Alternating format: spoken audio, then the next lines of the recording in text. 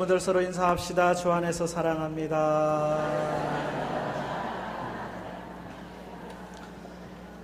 또 한 번 인사해야 될 인사가 있습니다. 이번에 우리 장로님도 기도하셨지만은 세월호로 인해서 많은 분들이 아파하고 정말 참 미안한 마음이 우리 안에 있어요. 그렇죠? 그래서 우리 교단 총회에서도 미안합니다, 함께 하겠습니다, 이런 운동을 하고 있는데 함께 하겠습니다, 미안합니다, 함께 하겠습니다. 옆에 있는 분들이 인사 다시 한번 합시다. 미안합니다, 함께 하겠습니다. 하나님의 위로하심이 이번 세월호 참사 희생자와 실종자 가족들 가운데 또 우리 온 국민들 가운데 있기를 바랍니다. 이번 일을 돌아보면서 참 안타깝고 참 미안한 마음이 우리 안에 많습니다. 제일 슬픈 게 뉴스가 제일 슬픈 게 됐어요. 뉴스를 보면 눈물이 나고 뉴스를 보면 아프고, 그래서 눈물과 회개 동시에 이건 이래서 안 되겠구나, 이 개혁과 변화를 많이 생각하게 합니다. 이 아픔의 사람들과 함께 마음을 나누기 위해서 이 인터넷상이나 또 일반 현장에서 이 노란 리본 달기 운동이 전개가 되고 있잖아요. 그래서 이 노란 리본, 오늘 또 이 꽃꽂이도 또 노란 꽃이 이제 올라와 있는데, 이 노란 리본은 한마디로 말하면 희망과 또 함께 사랑을 나누는 하나의 상징으로 그렇게 우리 온 국민이 생각하고 그렇게 나누고 있습니다. 이 노란 리본 또는 노란 손수건은 사랑과 용납의 또 하나의 그 이야기거든요. 이런 일들을 통해서 우리가 함께 아파하고 있습니다. 또 함께 마음을 나누고 있습니다. 그것이 격려가 되고 그것이 또 큰 힘이 되리라 확신합니다. 과거의 그 역사 속에서도 이 노란 리본, 노란 손수건 실화가 있어요. 여러분도 아마 들어보셨을지도 모르겠는데, 뉴욕 교도소에서 4년을 복역하고 출소하게 되는 빙고라고 하는 사람의 이야기거든요. 이 빙고가 이제 출소를 하면서 4년 이 교도소 생활 후에 집으로 돌아가야 되는데, 집으로 돌아갈 일이 너무 답답한 거예요. 과연 아내가 나를 맞아줄까? 라고 하는 그런 생각도 있고, 그래서 편지를 쓰게 됩니다. 아내에게 당신이 만약 아직 재혼하지 아니하고 또 나를 용서할 마음이 있거들랑 내가 출소하는 날 집으로 갈 때 그 마을 어귀에 있는 참나무에다가 노란 손수건을 하나만 걸어달라고, 만약 그 손수건을 내가 보면은 당신이 나를 용납하고 사랑하는 줄 알고 들어가겠다고, 만약 손수건이 없으면 내가 그냥 조용히 떠나겠다고 그렇게 이제 일러준 거예요. 그러고는 이제 버스를 타고 그 동네로 싹 들어갑니다. 들어가다 보니까 참나무가 이렇게 보입니다. 그 보이는 참나무에 노란 손수건이 있나 하고 고개를 들어보니까 노란 손수건이 한 개만 걸려 있는 게 아니고요, 20개, 30개, 100개가 넘게 걸려 있는 거예요. 혹시나 내 남편이 이 노란 손수건 하나 걸어놓으면 못 볼까봐 그냥 온 참나무를 그냥 노랗게 그냥 나뭇잎처럼 물들여 놓았더라고 하는 거예요. 그래 너무 감동을 받은 거예요. 그 노란 손수건에 그 담긴 아내의 사랑, 나는 실수하고 또 내가 참 몹쓸 짓을 했지만은 그래도 용납하고 수용해 주는 그 마음, 그것 때문에 격려를 받고 이 빙고가 가정으로 돌아가게 되고 그 가정 안에서 다시금 일어나서 행복한 삶을 살게 되었다고 하는 실화. 그래서 이 노란 리본, 노란 손수건은 그런 희망, 그런 사랑, 그런 수용의 의미가 담겨 있다라고 할 수가 있죠. 함께 아파하고 함께 위로하고 함께 약점을 담당하는 것, 그것이 얼마나 한 사람을 살리고 세우는 격려가 되는지 모릅니다. 최근에 영화 중에 노예 12년이라고 하는 영화가 있어요. 제가 이 영화를 한번 보면서 감동을 받았는데, 이 영화는 1800년대를 배경으로 하고 있습니다. 그러니까 링컨 대통령이 노예 해방을 하기 전에 일어난 사건이에요. 그러나 노예 해방을 하기 전이지만은 노예를 수입하는 것은 금지되어 있던 그런 시절이거든요. 그럴 즈음에 노예는 필요하고 수입은 금지되어 있고, 그래서 흑인들, 자유인들을 매매하는 아주 그런 인신매매라고 할 수 있죠. 그래가지고는 이 흑인들을 팔아 넘기는 일들이 많이 일어났다는 거예요. 그 중에 한 사람, 흑인이지만은 자유인이었거든요. 나름대로 자기 가정을 이루고 자기 삶을 살아가고 있던 사람이 어느 날 그냥 납치를 당한 거예요. 그리고는 팔린 거예요. 자기의 의사와 상관없이 노예가 돼버린 거예요. 그리고 12년이라는 세월 동안에 그 노예에서 벗어나지 못하고 온갖 곤욕을 다 겪어요. 마지막 순간에 그의 친구에게 이 소식을 알리게 되고, 친구가 찾아와서 자기가 노예로부터 해방이 돼가지고 자유인이라고 하는 것이 증명이 되고, 그래서 자기가 지났던 12년의 세월의 그 경험을 책으로 썼어요. 그 책이 노예 해방, 링컨 노예 해방의 어떤 하나의 기점이 되기도 하고, 그리고 이 실화 영화의 바탕이 되기도 하거든요. 그런데 이 일이 사실은 뭐 최근까지도 1950년대까지도 미국 사회의 분열과 나눔의 하나의 근간이 되었잖아요. 흑백의 나눔, 유색 인종에 대한 차별. 그래서 일명 짐 크로우 법이라고 하는 법이 있어가지고, 이 법에 따르면은 흑인들은 학교나 식당이나 호텔이나 버스에서 이 백인들과 함께 할 수가 없어요. 딱 구획을 나누어가지고 백인이 있을 자리, 흑인이 있을 자리 나누었다고 하는 거거든요. 1960년대 마틴 루터 킹 목사님이 이제 주도가 돼서 흑인 인권 운동이 벌어지게 되고, 그래서 결국은 지금 오늘날 이제 미국 사회가 나름대로 흑백의 그런 구분은 없는 사회, 흑인이 오바마 대통령이 나오는 그런 시대까지 왔다는 거예요. 그래도 아직도 한두 명은 여전히 유색 인종에 대한 그런 구별, 차별을 하고 있는 것이 현실이라는 거죠. 뭐 굳이 미국을 얘기하지 않더라도 우리나라만 보더라도 우리 안에 얼마나 이 차별이 많았어요. 구별이 많았어요.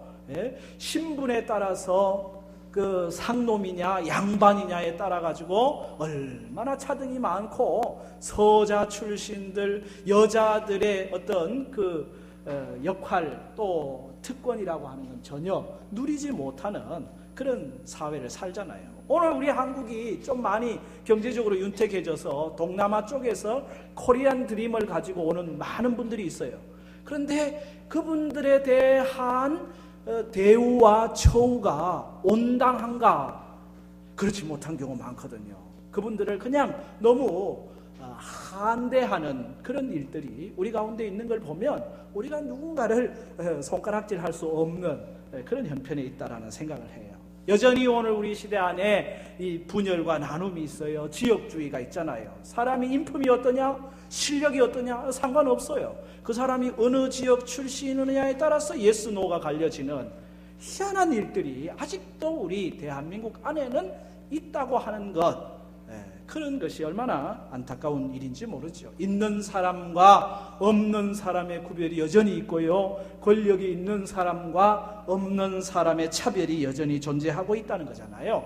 예수님이 이 땅에 오셔서 하신 가장 큰 일이 뭐냐? 이런 모든 구별과 차별을 철폐하신 거예요. 다 구별하고 차별하는 것들은 무너뜨리는, 그래서 유대인과 이방인들 차별을 주님은 함께 하셔가지고 이방인에게도 복음을 전하시는 일을 하시잖아요. 남자와 여자 구분 없습니다. 여자들도 예수님을 따라다니는 제자가 될 수가 있었습니다. 어린 아이들, 어른들은 애들은 가라 그럴 때 예수님은 뭐라 그럽니까? 아니다, 애들이 내게 오는 것을 금하지 말아라. 이 어린 아이 같은 사람들이 정말 천국에서 큰 자다. 오히려 어린 아이들을 끌어안습니다. 예루살렘과 사마리아가 나누어져 있을 때 예수님은 오히려 사마리아를 찾아갑니다.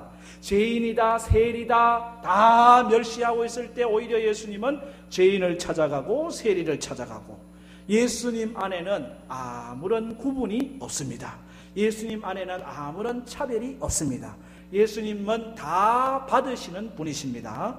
할렐루야. 예수님은 다 받으셨다고 하는 거예요. 그게 오늘 말씀 7절 말씀이거든요. 7절 말씀을 같이 읽겠습니다. 그러므로 그리스도께서 우리를 받아 하나님께 영광을 돌리심과 같이 너희도 서로 받으라. 아멘. 너희도 서로 받으라.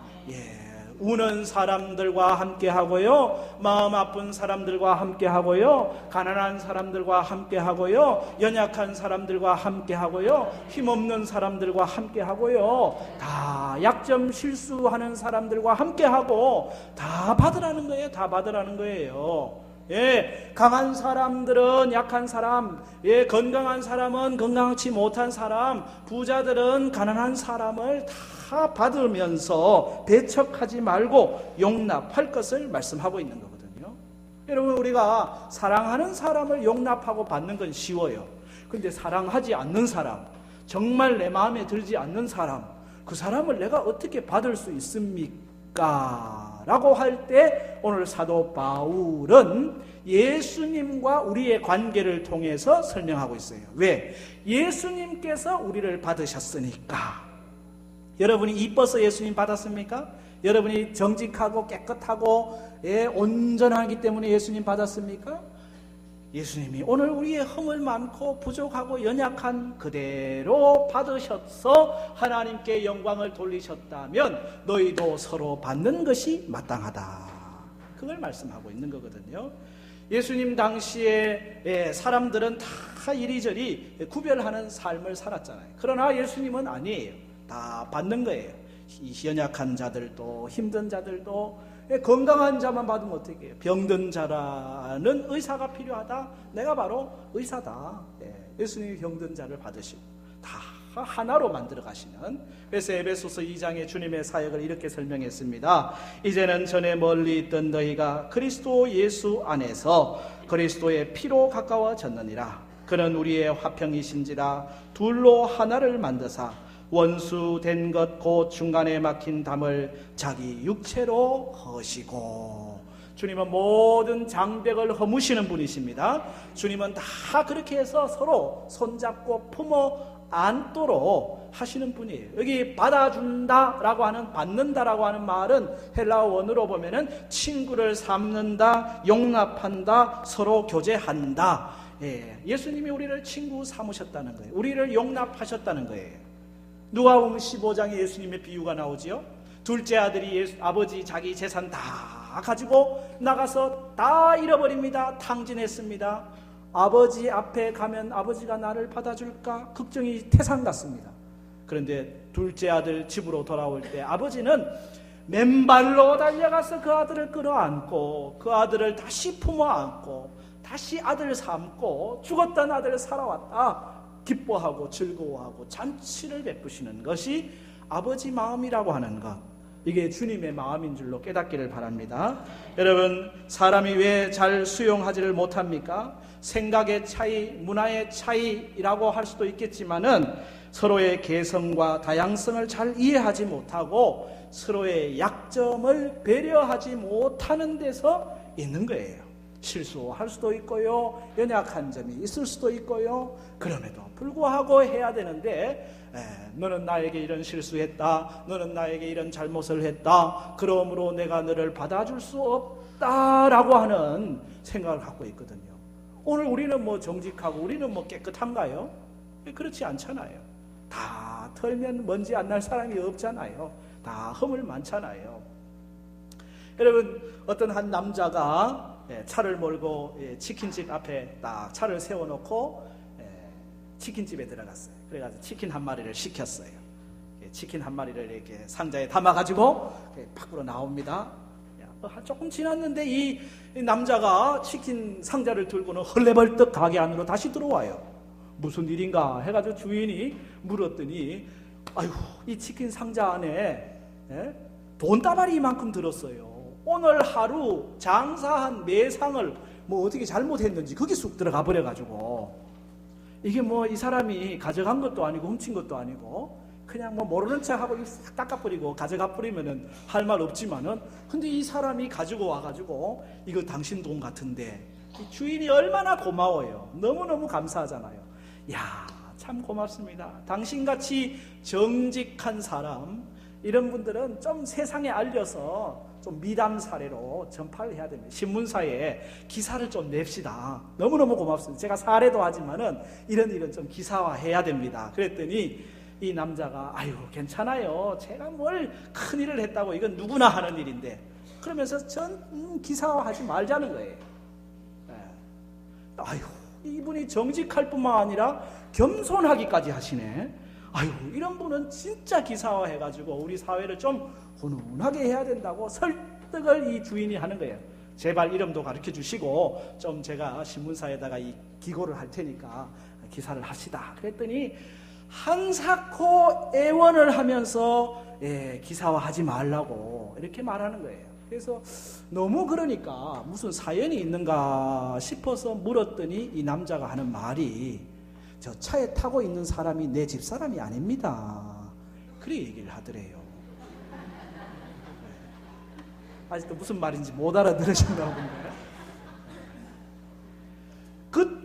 정말 정직하고 정말 겸손한 것 같은 그분인데, 근데 차에 타고 있는 사람이 자기 집사람이 아니고 딴 여자라는 얘기예요. 그러니 이게 기사화돼 가지고 그러면은 당신 도대체 누구랑 거기 갔었어 하고 그러면은 큰일 날 일이잖아요. 그러니까 이거 기사하지 말라고. 여러분, 이게 이 사람 얘기입니까? 오늘 우리 얘기지. 그렇잖아요.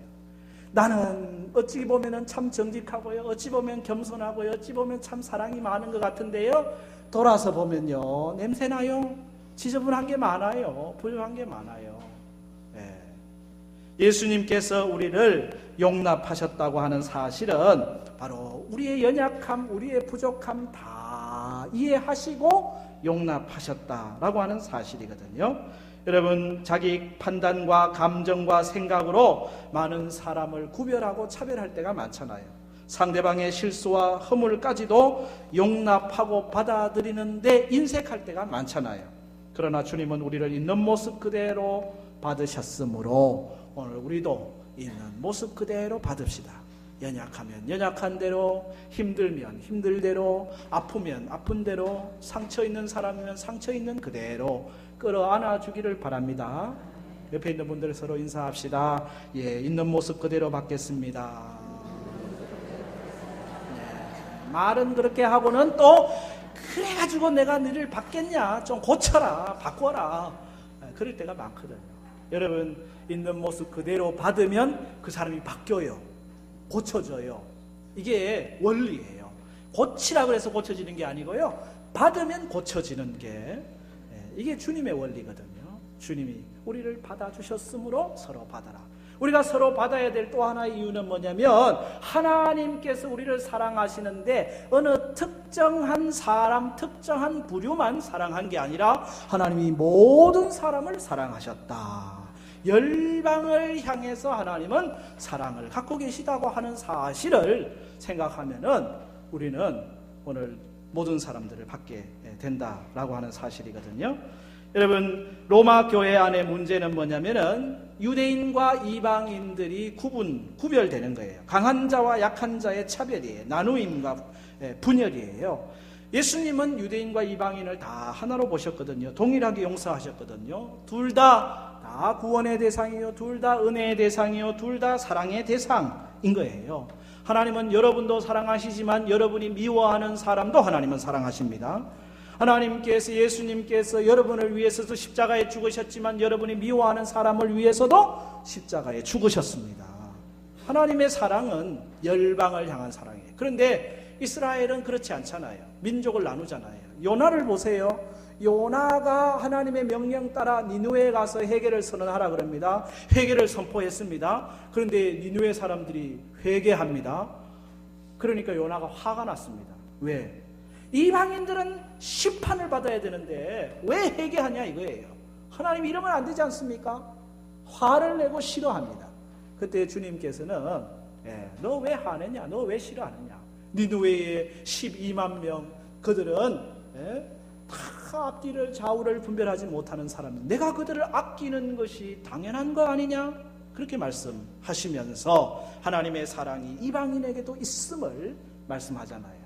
신약으로 넘어와서 예수님의 제자 베드로 성령 충만했습니다. 그런데도 그 생각 속에는 여전히 이방인과 유대인을 구분했어요.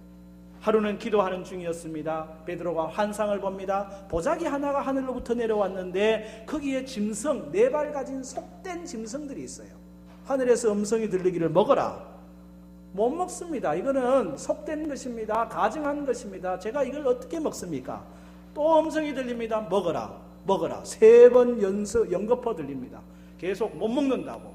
그러는데 띵동 하고 초인종이 울리네요. 봤더니 저기 이방 사람 고넬료가 보낸 사람들이 베드로를 찾아온 거예요. 성령께서 따라가라. 이 고넬료 이방 사람 그 집에 가서 복음을 전했는데 이 고넬료뿐만 아니라 온 가족이 다 복음을 받아들이고 성령이 임하시는 놀라운 경험을 하게 돼요. 그때 베드로가 깨달은 거예요. 아하, 이 환상이 바로 이 말씀이구나. 내가 속되다, 내가 거짓되다 구별했던 것을 하나님은 아니다. 받아라, 먹어라, 받아라, 받아라, 받아라. 그렇게 말씀하신 거구나. 그때서야 깨닫고 사도행전 10장 34절 35절에 그는 이렇게 고백합니다.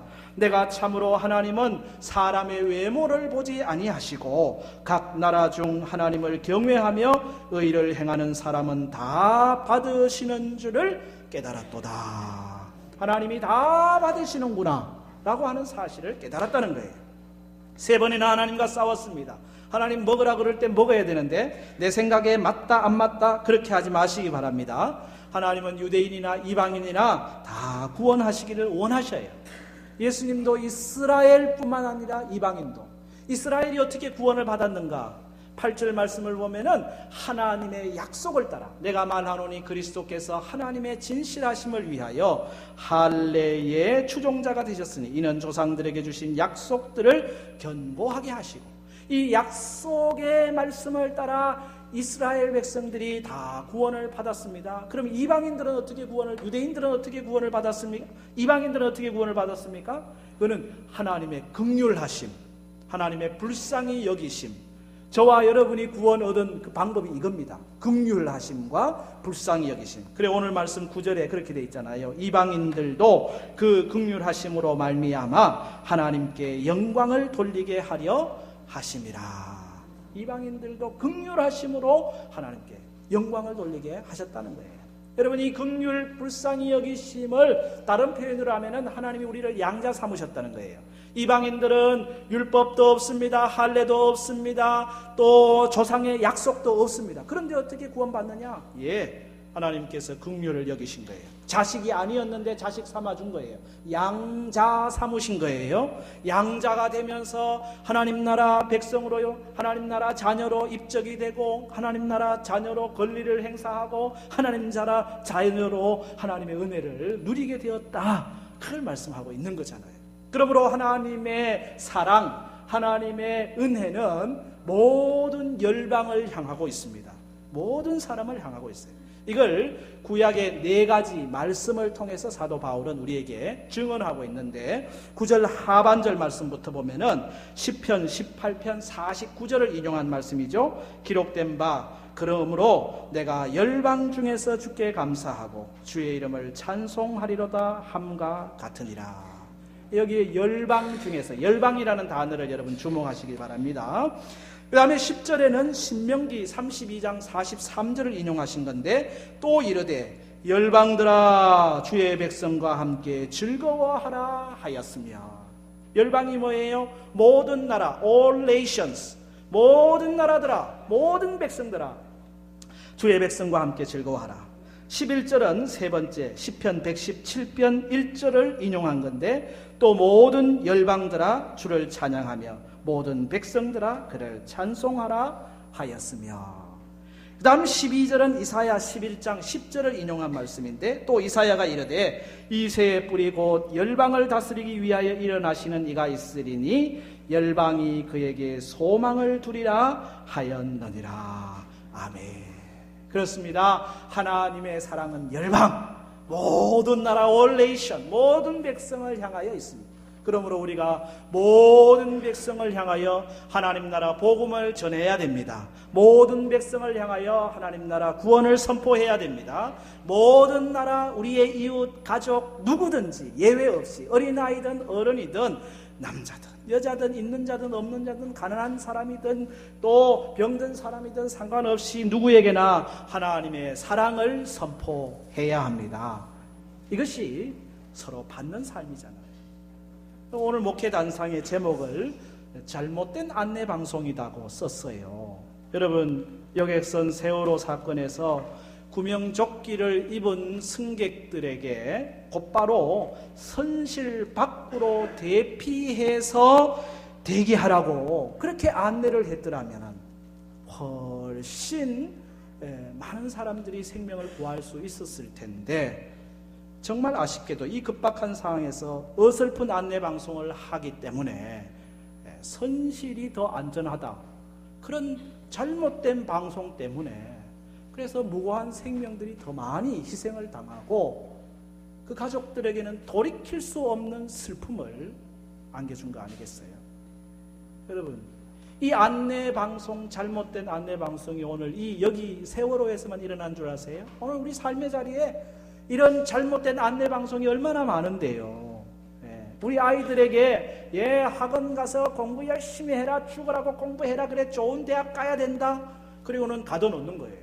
애들이 지금 그게 진짜인 줄 알고 그게 하도 선생님도 얘기하고 엄마도 얘기하니까 아버지도 얘기하니까 그게 진짜인 줄 알고 거기 말을 따르고 있는데 우리 애들이 지금 제대로 살고 있는가 걱정이 되는 거죠. 세상에서 방송이 흘러나옵니다. 돈이 최고입니다. 그러니 돈을 가지십시오. 돈을 위해서는 물불을 가리지 마십시오. 그렇게 방송을 하고 있다니까요. 권력을 가져야 됩니다. 명예를 가져야 됩니다. 그러니 남을 짓밟고서라도 올라서십시오. 그렇게 방송하고 있다니까요. 진짜 그게 행복입니까? 그게 진짜 사는 겁니까? 그게 진짜 우리가 생명을 누리는 풍성한 삶입니까? 세상이 하고 있는 이 잘못된 방송, 그 방송 따라가면 사는 게 아니라 죽는 거예요.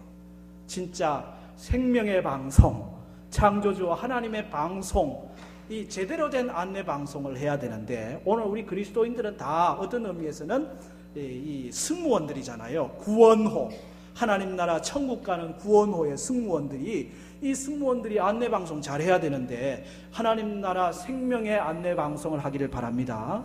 하나님은 살아계신 분이십니다. 죽음이 끝이 아닙니다. 부활이 있습니다. 생명이 있습니다. 심판이 있습니다. 라고 방송해야 되지요. 주는 것보다 받는 것보다 주는 것이 훨씬 더 복됩니다. 원수를 미워하지 말고 원수를 사랑하고 그를 위하여 기도하라고 하셨습니다. 이게 지금 생명의 방송이잖아요.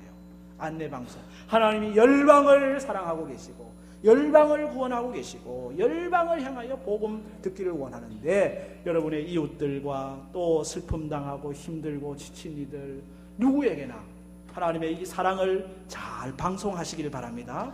그래야죠. 살려야죠. 이 안내 방송을 받는 사람은 사는 거고, 이 안내 방송, 잘못된 세상 안내 방송 따라가다 보면 죽는 거고, 여러분은 살리는 안내 방송 하기를 바랍니다. 옆에 있는 분들 인사합시다. 안내 방송 잘합시다.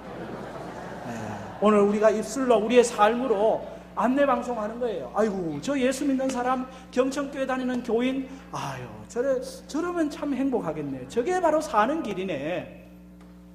하나님은 열방을 향한 사랑을 갖고 계시기에, 그래서 우리가 그 사랑을 전파해야 한다는 거예요. 거기에 뭐가 있어요? 소망이 있습니다. 할렐루야. 예수님은 우리를 서로 받아주심으로 인해서 우리에게 소망을 주셨습니다. 하나님은 열방을 향한 사랑을 통해서 우리에게 소망을 주셨습니다. 소망 없는 세상 가운데 소망은 여기 있어요.